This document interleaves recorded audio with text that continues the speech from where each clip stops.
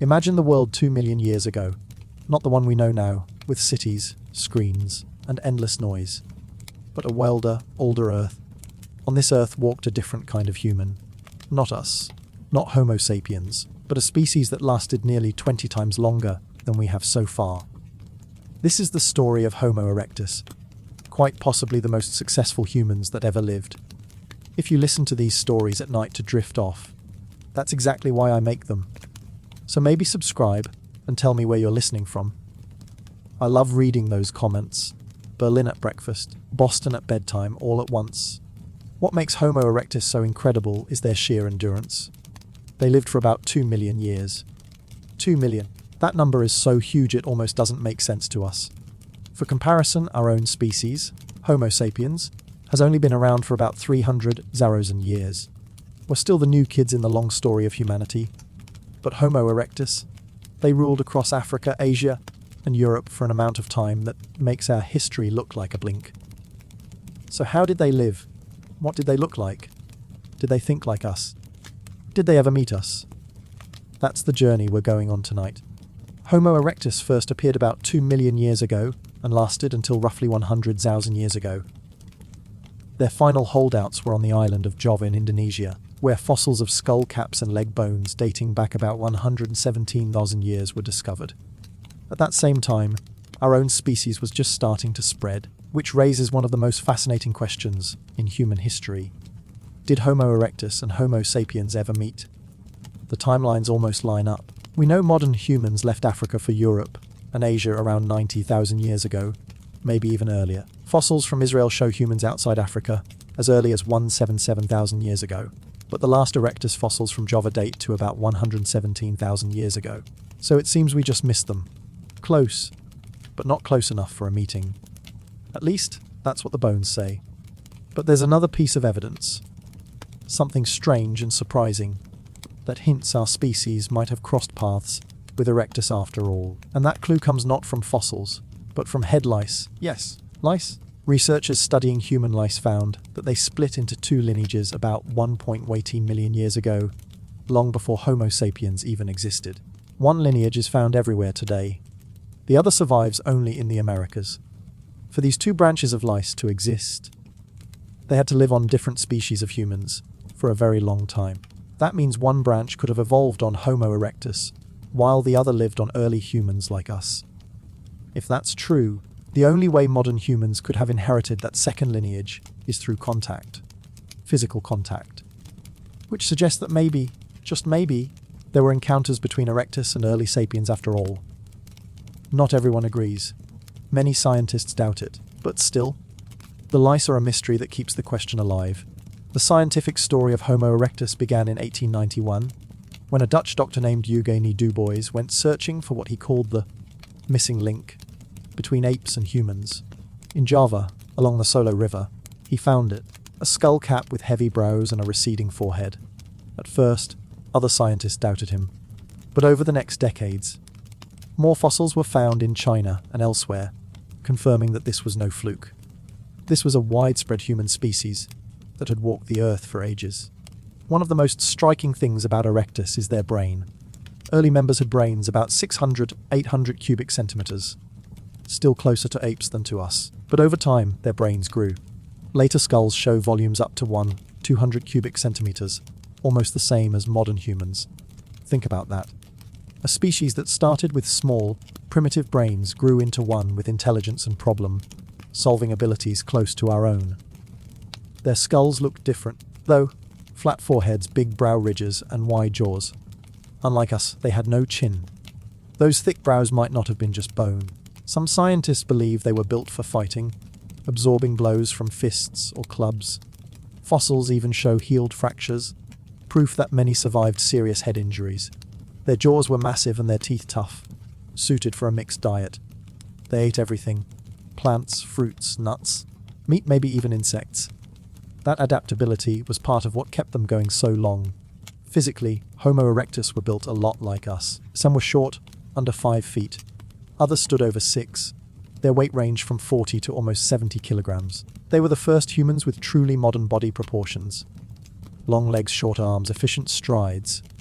In fact, 1.5 million year-old footprints from Kenya show they walked exactly like we do today. They were also sexually dimorphic, meaning males were generally bigger and more robust than females, but not as extreme as gorillas or chimpanzees. Their social life was probably somewhere between those apes' male-dominated groups and the more balanced societies of modern humans. These footprints, left by about 20 individuals moving together, give us a glimpse of that social life. They likely travelled in groups, maybe families, working together for survival. Their shoulders were another big change. Unlike earlier species, Homo erectus had shoulders that allowed them to throw with force and accuracy. That may sound small, but it was revolutionary. It meant they could hurl spears or stones at prey, bringing down larger animals for food. Add that to their endurance. Hairless skin, sweat glands, long legs. Erectus could run animals into exhaustion in what's called persistence hunting. Imagine chasing an antelope for hours under the hot sun until it simply collapsed. That was their power. Together, these traits, brains that grew bigger, bodies built for distance, and the ability to throw, made them the pioneers of what we now call being human. And this is just the beginning of their story. In the next part, we'll look at one of the most surprising things about Homo erectus. Why they started losing their body hair, how their skin changed, and how that strange shift may have set the stage for the growth of our own massive brains. One of the most surprising traits that set Homo erectus apart wasn't their tools or their bones. It was their skin.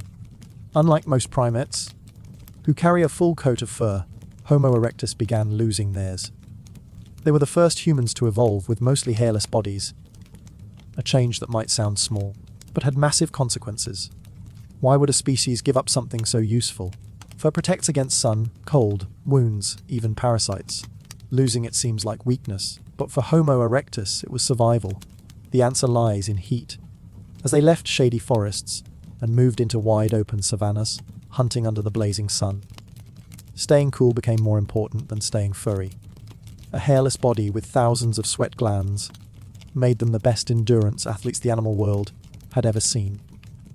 They could run for hours in the midday heat, while other predators rested in the shade. And they didn't just chase their prey, they outlasted it. This style of hunting, sometimes called persistence hunting, may have helped them bring down animals far bigger than themselves. But hairlessness did something else too. It changed their brains. Brains are fragile organs. They overheat easily. By sweating and cooling their bodies more effectively, Homo erectus could afford to grow bigger brains without cooking themselves in the sun. Some scientists think this was the hidden key to our own mental evolution.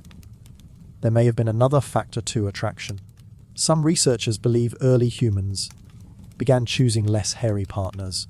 Over generations, that preference could have pushed hairlessness further and faster. Of course, when the fur went away, another change had to follow: skin color. Most mammals are light, skinned under their fur. Early humans probably were too. But once erectus lost their coat, bare skin meant dangerous UV rays pounding their bodies every day. The solution was melanin, natural pigment that darkened the skin. This wasn't cosmetic, it was survival. Dark skin protected them from burns, cancers, and folate loss, which can damage reproduction. So we see another first. Homo erectus were likely the first truly dark-skinned humans, adapted for life in the equatorial sun. But humans are wanderers. And as some groups pushed north into places with weaker sunlight, dark skin created a new problem: vitamin D deficiency. Over time, those populations probably lightened again. Just like we see today, where human skin color varies with latitude, shaped by sun exposure. Fossils even hint at this process. A Homo erectus skeleton from Turkey shows signs of a disease linked to vitamin D deficiency. Perhaps this individual was dark-skinned, living too far north for their body to keep up. It's a clue that skin tones were still shifting as populations spread into new environments. While their bodies were adapting on the outside, their brains were changing on the inside. And here's something striking. A Homo erectus child from Java, who died at about 1 year old, already had a brain nearly 80% the size of an adult's. Compare that to a modern human 1 year old, who only has about half their adult brain size. What does that mean? Homo erectus brains grew much faster, more like apes than us. Their young matured quicker, leaving less time for a long childhood. That meant less time for play, learning, and dependence, traits that make modern humans unique. So were they as smart as us? Probably not. Their brains lacked some of the advanced regions that fuel abstract thought and imagination. But compared to every species that came before, they were mental giants. They solved problems, made tools, and worked together in ways no earlier humans had. Even without our level of intellect, they dominated the planet for nearly 2 million years. And their brain power, combined with their new bodies, built for running and cooling, made them the perfect pioneers. As scientists debate the exact labels, some calling early African fossils Homo Erectus, and others lumping everything into Homo Erectus. One fact is clear. This was the species that truly set the stage for us. Their faces began looking more human, their strides became more human, and their brains laid the foundation for the intelligence that would one day define our species. And yet, we've only scratched the surface of what made them remarkable. Their bodies weren't just cooling machines.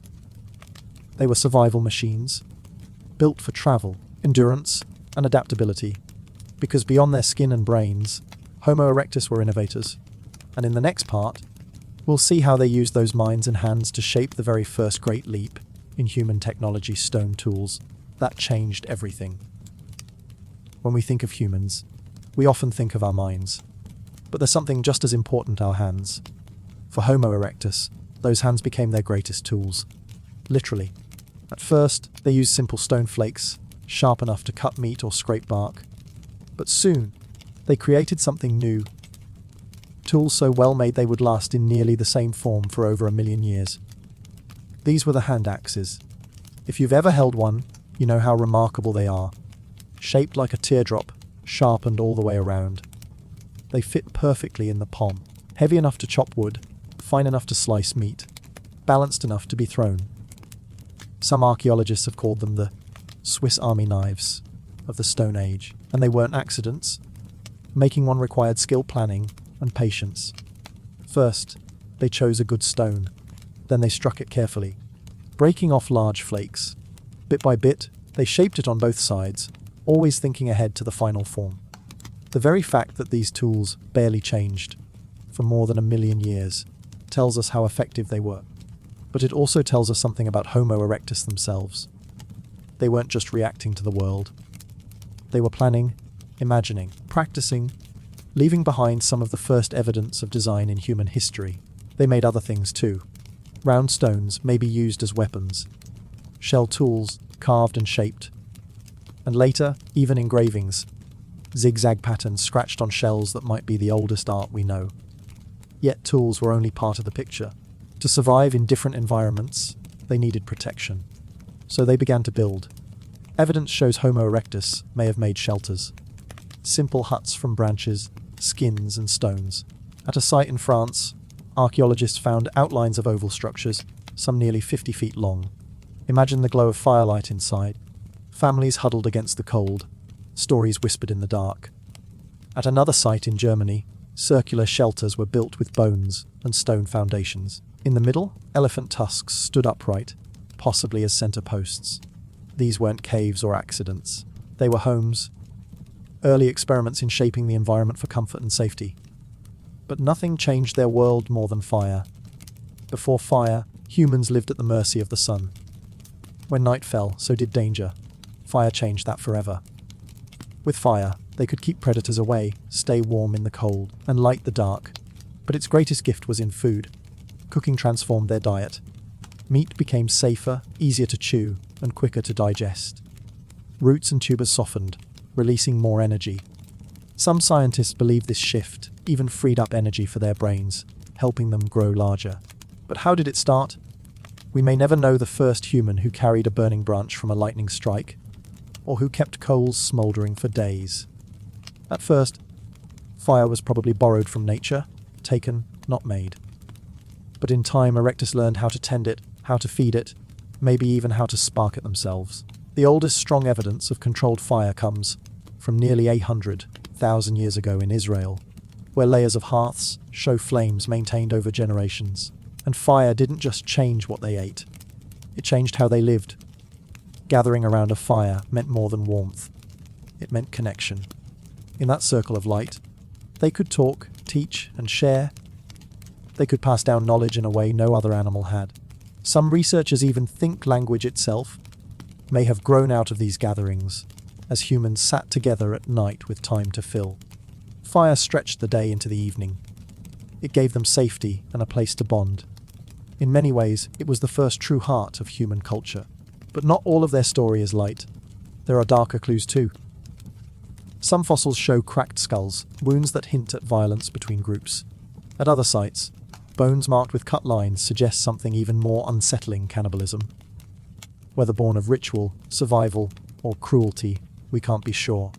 But the evidence reminds us that Homo erectus were not just inventors and builders. They were human in all the messy, complex ways we still are. Still, when you step back, what stands out is their adaptability. They learned to make tools that lasted for millennia. They built homes where none had existed before. They mastered fire, the element that would carry humanity forward into every corner of the world. And they did it all without the full language, technology, or culture that we now take for granted. It's worth pausing here. Imagine yourself in their place. The sun is setting. The wind is cold. A small fire flickers in front of you, its smoke curling upward into the night. Around you, faces glow in the firelight. In the distance, you hear the sounds of predators in the dark, but you feel safe. Because you have fire, you have tools, you have shelter, you have each other. This was the world of Homo erectus. A world both fragile and resilient, dangerous yet full of promise. And as their story unfolds, we see more than just survival. We see the roots of everything that would one day make us who we are. When we look at fossils, we see bones. But behind those bones are lives, and the story of Homo erectus isn't just about tools or fire. It's also about people and how they treated each other. Some of the most moving discoveries in archaeology are not weapons or shelters, but signs of care. One skeleton from Georgia, nearly 1.8 million years old, belonged to an elderly Homo erectus who had lost nearly all his teeth. He couldn't have chewed hard foods. Yet he lived for years after, surviving on softer meals, which means others must have helped him. Someone must have brought food, maybe chewed it first, maybe prepared it differently. They didn't abandon him, they cared. Another fossil, the famous Turkana boy from Kenya, shows a young boy with a spine condition that would have caused pain and limited his movement. He too lived long enough to grow into adolescence. There are even adult fossils showing severe bone diseases, conditions that would have left people limping, weak, unable to hunt. Yet they lived on. The only explanation is that others supported them. This tells us something profound. Long before us, compassion already existed. These ancient humans weren't just surviving alone. They were surviving together. But there was a harder side too. Some skulls show heavy blows to the head, cracked bone that later healed. Others show injuries that didn't heal at all. These wounds hint at fights, maybe battles between groups, maybe disputes within them. In India and China, Homo erectus skulls with deep fractures have been found, some so severe they could only have come from violence. Even more haunting, some bones show cut marks in the same places as butchered animals. Marks left by stone tools. Were they scavenging? Were they desperate? Or did they sometimes eat their own kind? We don't know for sure, but the evidence is there. So, in their world, we see both tenderness and cruelty, care and violence. In other words, the full range of being human. But if we want to understand them more deeply, we have to ask, did they talk? This question has fascinated scientists for decades. Anatomy suggests that Homo erectus couldn't speak as we do. The shape of their spine shows a narrower channel for the nerves that control breathing and speech. Their brains, while large, didn't yet have the same development in the areas linked to complex language. So most likely, they didn't have sentences, grammar, or storytelling the way we do. But that doesn't mean they were silent. Think of how much you can communicate without words. Gestures, pointing, facial expressions, simple sounds. Imagine a group on the hunt, signaling when to throw or where to move. Or parents teaching children how to shape a hand axe by showing, not saying. Some researchers believe Homo erectus had a small set of basic sounds. almost like a limited vocabulary, used alongside gestures. Enough to pass on knowledge. Enough to cooperate. Enough to live as a group. It wasn't language as we know it, but it was a step toward it. A bridge between the silence of animals and the voices of modern humans. And then there is art. For a long time, scientists thought that art, the ability to make symbols, to leave marks with meaning, belonged only to us, Homo sapiens. But discoveries have challenged that. In Java, Indonesia, a shell was found with a zigzag engraving scratched into it. It's over 400,000 years old, far older than the first known Homo sapiens art. Someone sat with that shell, picked up a tool, and carved lines into its surface. Not for survival, for expression. Was it a symbol? Was it decoration? Was it simply idle scratching? We may never know, but it was deliberate, and that makes it remarkable. Homo erectus also collected red ochre, a mineral that creates deep red and yellow pigments. At sites in Africa and Europe, lumps of ochre have been found, sometimes ground or heated. Why? Perhaps for body painting, perhaps for rituals, perhaps for reasons we can't even imagine. Some argue these were the first steps toward symbolic thought, toward seeing the world not just as it is, but as it could be represented. Even if their art was simple, it matters. It shows that imagination was waking in them, just as it would later bloom in us. It's worth pausing here. In the quiet of their world, picture a small band of Homo erectus at night. A fire burns low. A few sit close, nursing injuries, their scars glowing in the flicker. Children play with flakes of stone. A woman grinds red ochre between her fingers. A man gestures toward the horizon, explaining with hands and sounds where the hunt will go tomorrow. It is not our world, but it is not alien either. We can almost feel it, for in their shelters and around their fires, we see the beginnings of who we are. Cooperation, communication, creativity, the roots of humanity. Homo erectus wasn't just a survivor, they were explorers. For the first time in human history, a species spread far beyond its birthplace. From Africa, they walked into Asia, into Europe, into lands no human feet had touched before. Fossils and tools show their path. In Georgia, at a site called Manisi, bones from nearly 1.8 million years ago mark one of the earliest journeys out of Africa. In China, in Indonesia, in the Middle East, their presence is written in stone and bone. Think of what that means. Small groups, without maps, without plans, following rivers, chasing herds, crossing mountains.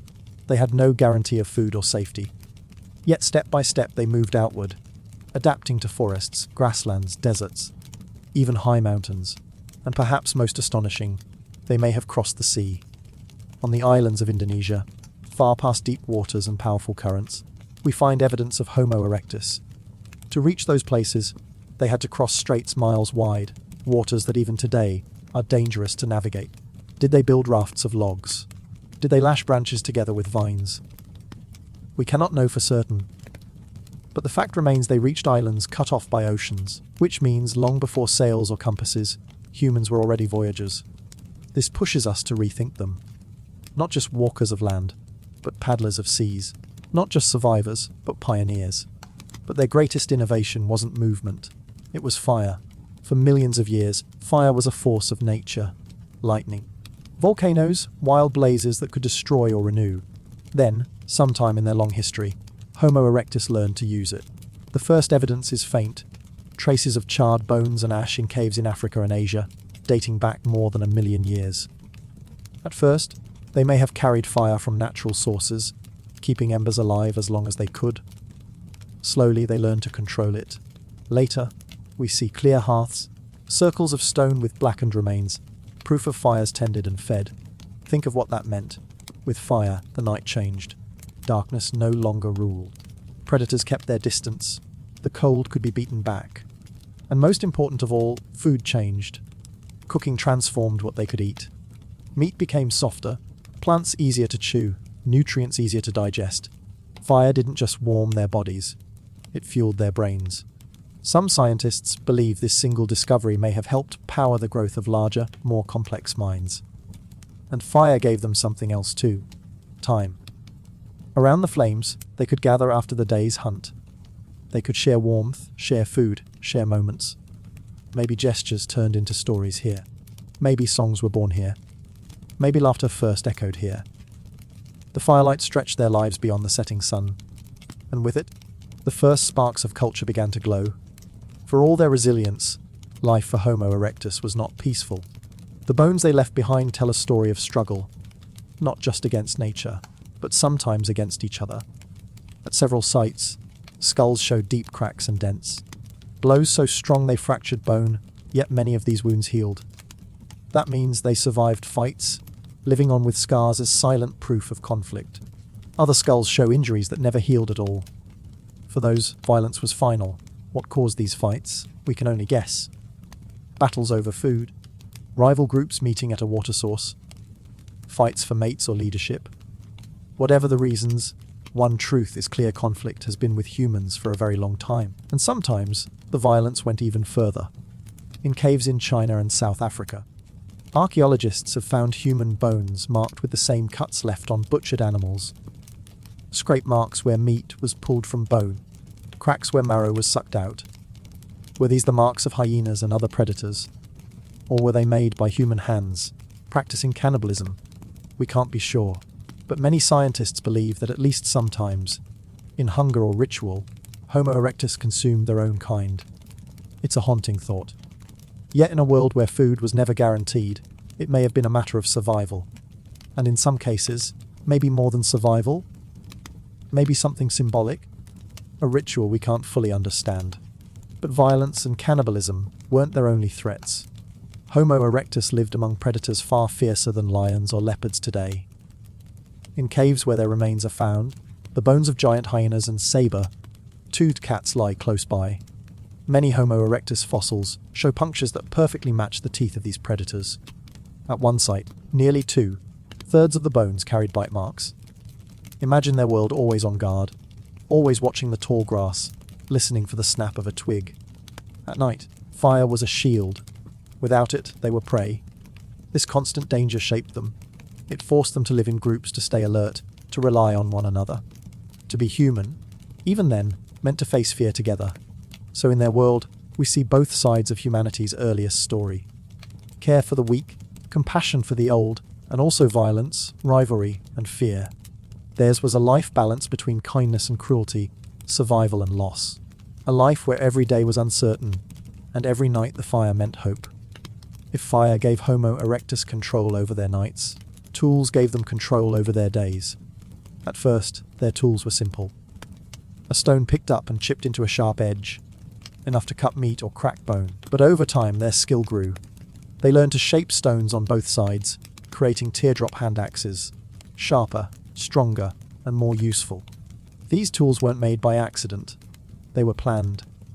Each strike was chosen carefully, shaping stone into something lasting. And what's most remarkable is that these axes barely changed for more than 1,000,000 years. They worked so well there was no need to improve them. But tools weren't limited to stone. In some sites, scientists have found shells carved into sharp edges, and even rounded stones that may have been thrown like weapons. These discoveries show us a species that didn't just survive on what nature gave. They shaped their own solutions. And tools weren't their only innovation. They also began to build shelters. In France, evidence of oval huts has been found, some as long as 40 feet. In Germany, circles of stone and bone hint at smaller shelters with tusks used as posts. These weren't caves stumbled upon by chance. They were structures built with intention, places to live, work, and gather. Inside, fire burned, its light flickering against walls of wood and hide. Families huddled together, safe from predators and cold winds. For the first time in history, humans began shaping spaces that truly belonged to them. Think about what that means. Not just surviving the world, but changing it. Not just hiding from storms, but building against them. Every tool, every hut, every fire was more than survival. It was a step toward the world we know today. The roots of our homes, our cities, our technology, all of it stretches back to these first makers, the builders of stone and flame. Of all their skills, none changed the human story more than fire. For countless ages, fire had been wild, born from storms, from lightning strikes, from volcanoes. Dangerous, untouchable. Then, in the hands of Homo erectus, it became something else: a tool, a weapon, a companion. At first, They may not have known how to make it. Instead, they carried embers from natural fires, feeding them carefully, keeping them alive for days or even weeks. Later, we see clear evidence of hearths, pits lined with stone, where flames were lit again and again. These were not accidents of nature, they were the work of human hands. Fire changed everything. It lit the night, pushing back shadows that had always ruled. Predators kept their distance. Their glowing eyes held beyond the circle of flame. Cold winds could be beaten back, opening paths into harsher lands. And food itself was transformed. Cooking softened meat and roots, made nutrients easier to digest, and killed the parasites that once plagued raw meals. Some scientists even argue that cooked food freed energy in the body. Energy that could be spent on growing and powering larger brains. With fire, they were no longer ruled by the day's sun or the night's dark. They could live on their own terms. But fire gave more than warmth and food. It gave time. Picture a small group gathered around flames, sparks rising into the night. The hunt is over, the dangers of the day behind them. Now, there is space to share food, to rest, to connect. Perhaps gestures became stories here. Perhaps songs were born here. Perhaps the first laughter of humans rang out in the firelight. The circle around the flames became the first classroom, the first stage, the first gathering place. Knowledge could be shared, ideas passed down, plans made for the days ahead. In the light of fire, humanity found not only survival, but culture. Of all the breakthroughs in the human story, none glows brighter than fire. For millions of years it was untouchable, a force that burned forests, split the sky in lightning, and destroyed anything that strayed too close. For our ancestors, fire was mystery, danger, something to fear. And then, slowly, carefully, Homo erectus turned that danger into a companion. At first, they may not have made fire themselves. Maybe they carried glowing embers from trees struck by lightning, shielding them through long walks, feeding them with dry grass and dung to keep them alive. Imagine the importance of those small flames. An entire group depending on whether the fire lived or died. But over time, the signs change. We find hearths, dark circles of ash, stones blackened again and again. Not wildfires, not accidents. These were chosen, placed, remembered. And with fire came transformation.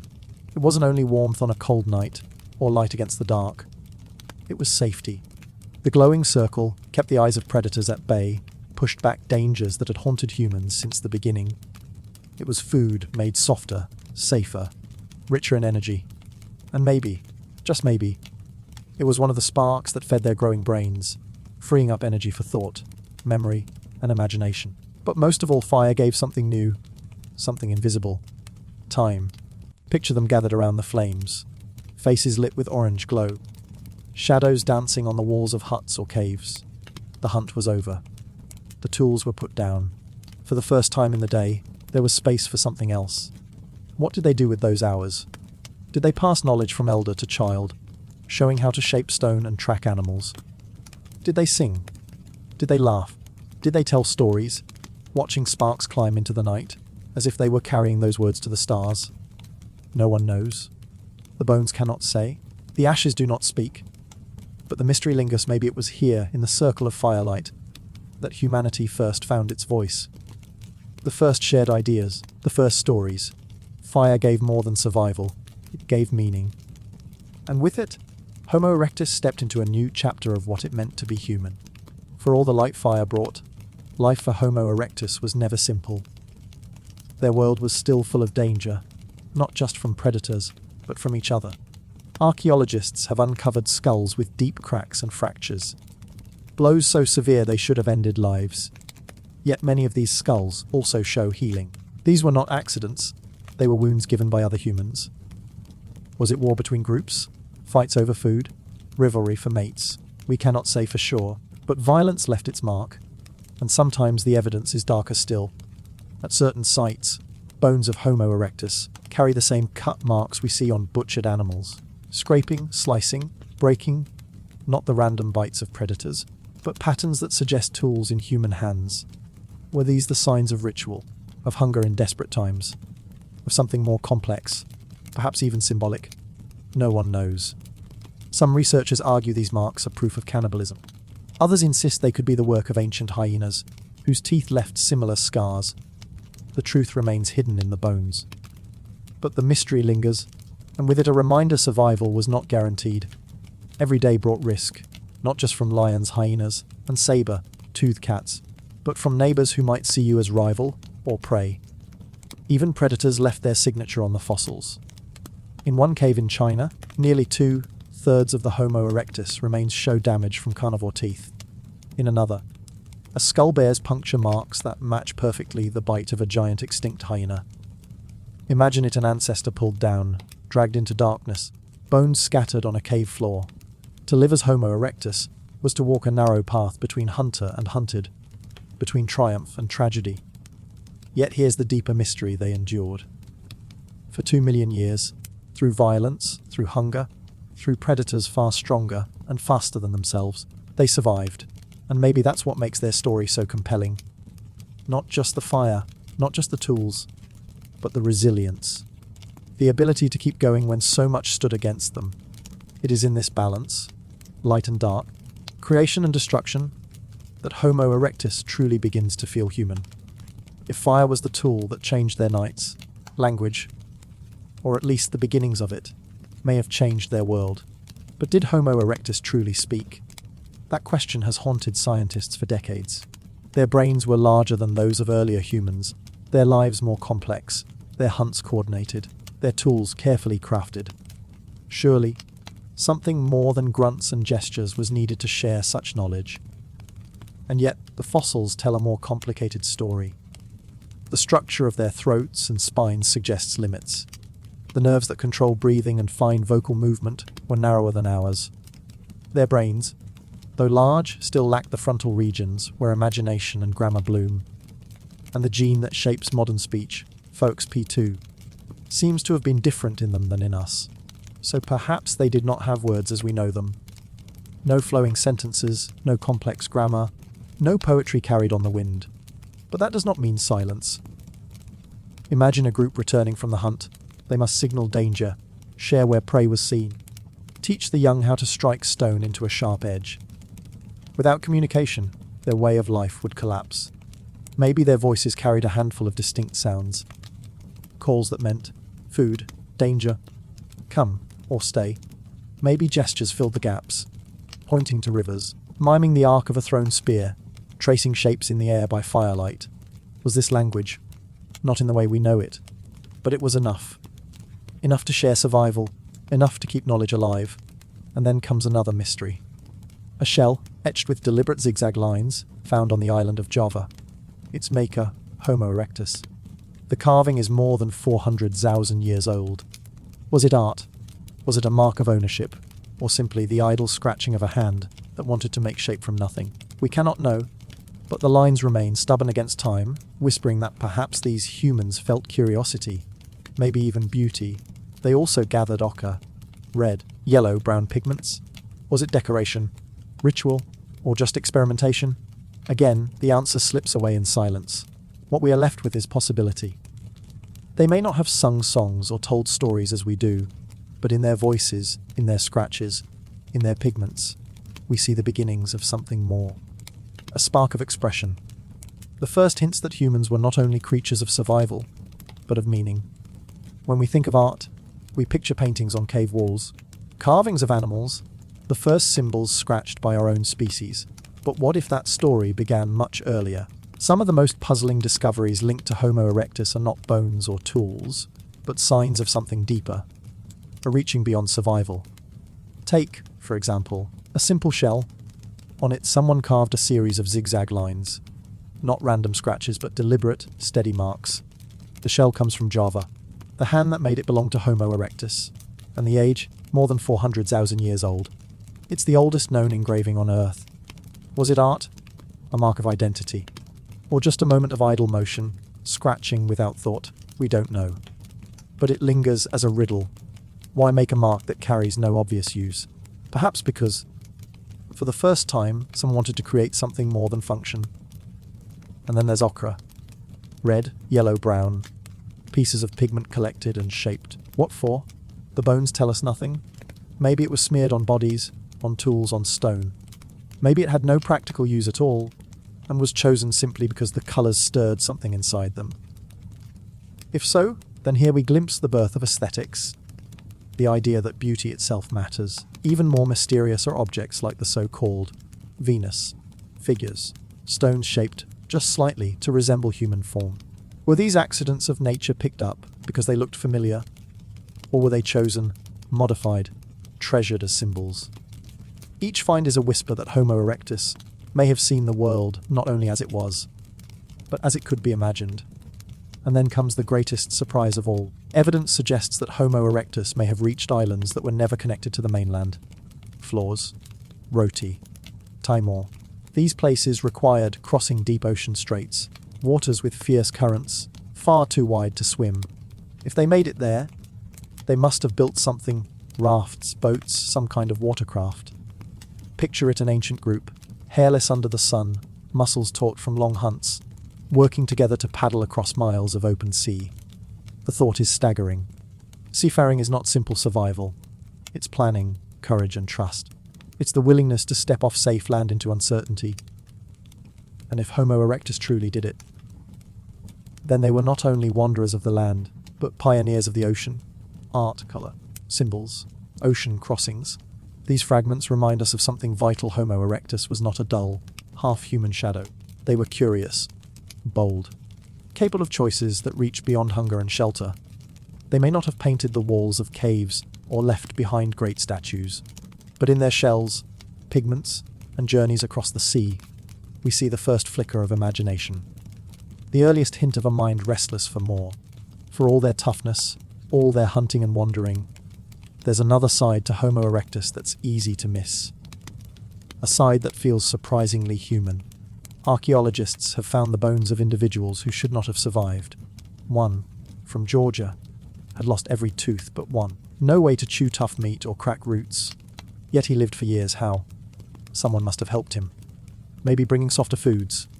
Maybe watching over him. Another, a young boy from Lake Turkana, carried a spinal condition that caused pain and difficulty moving. By all logic, he should have been left behind.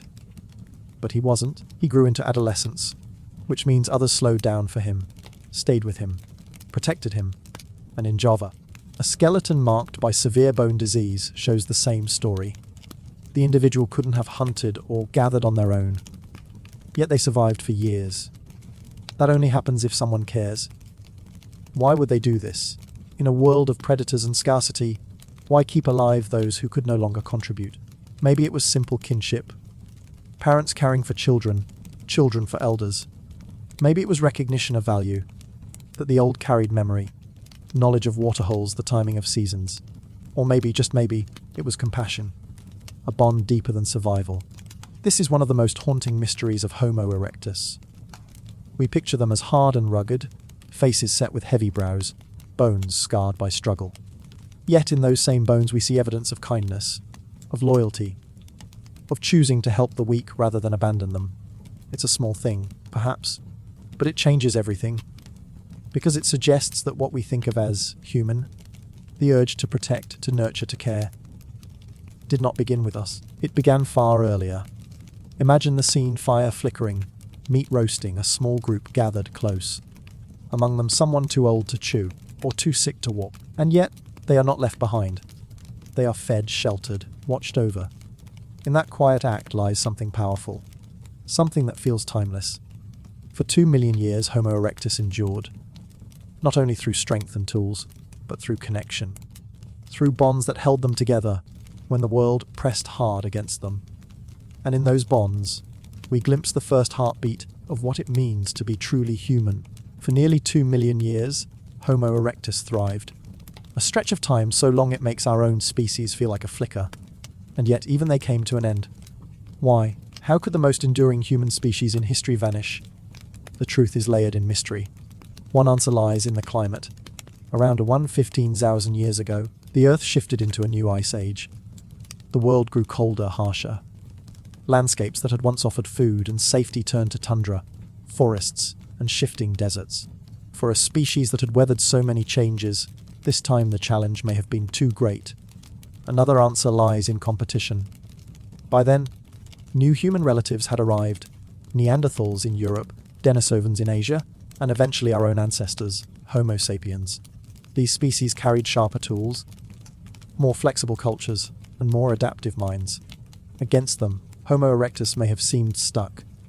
Their tools had barely changed in hundreds of thousands of years. Their way of life, steady but conservative, may have left them unprepared for rivals who adapted faster. Yet their end did not come all at once. For a long while, they clung on. Fossils from Java in Indonesia tell us that small groups of Homo erectus survived until as recently as 100,000 years ago. Imagine that, while our species was beginning to spread across the world, these ancient humans were still holding on in their last refuge. But even that refuge could not last forever. Java's open woodlands shifted into dense rainforest. The animals changed, the food supply dwindled, and the skills that had once served them so well no longer worked. Slowly, quietly, they disappeared. Some scientists point to something even stranger, that Homo erectus may have lacked the will to change. At certain sites, they used poor quality stone for tools, ignoring better materials only a little farther away. Was this caution, laziness, or simply tradition too strong to break? No one can say for sure. But whatever the reason, it may have sealed their fate. And yet, extinction may not be the right word, because many researchers believe Homo erectus didn't simply vanish. Instead, they transformed. Some populations may have given rise to later species, like Homo heidelbergensis, which in turn led to Neanderthals and us. Their story, then, doesn't end in silence. It continues, in our very bones. So what do we take from their final chapter? That even the strongest, the longest lasting, are not immune to change. That success measured in millennia can still be undone by shifting climates and new rivals. That survival is not just endurance, but the ability to adapt. And that perhaps the greatest lesson of Homo erectus is not their fall, but the reminder that no species, not even ours, holds the earth forever. When we look back at Homo erectus, it's easy to see them as distant, ancient figures locked in stone and bone. But their legacy is closer than it seems. For 2 million years, they walked this earth. They controlled fire, shaped tools, built shelters, hunted, gathered, cared for one another. They were not just surviving, they were pioneering. And though they are gone, much of what makes us human began with them. Every time we strike a tool against stone, every time we share warmth around a fire, every time we work together to overcome the odds, we echo their story. The roots of culture, cooperation, and adaptation run back to them. Even the way we face challenges today, not only through biology, but through knowledge, invention, and shared effort, was first carved out by Homo erectus. They were the first to lean on innovation, not just instinct, and that choice reshaped the destiny of our entire lineage. But their story is also a warning. For all their resilience, for all their success, they too reached an end. Climate shifted faster than they could adjust. Competitors rose who adapted more quickly. And so, after almost unimaginable endurance, they were gone. We Homo sapiens are new by comparison, just 300,000 years old. Our cities, our machines, our digital worlds, barely a blink in time. If Homo erectus teaches us anything, it is that no species is untouchable. Survival depends on adaptability, and the world always changes. And yet, there is comfort here too, because their legacy isn't only in bones or tools, it's in us. Their endurance runs through our veins. Their innovations shape the path we walk. Their compassion whispers in our instinct to care for the weak, to protect the young, to gather not only for survival, but for meaning. They may have disappeared, but they never truly vanished. They live on in our DNA, our culture, our humanity. So tonight, as you rest, think of them. Imagine the firelight flickering in some ancient camp. Imagine the faces gathered close, shadows on their heavy brows, laughter mixing with silence, stories told not in words but in gestures and song. 2 million years ago, they sat as we do now, together, seeking warmth, seeking safety, seeking meaning.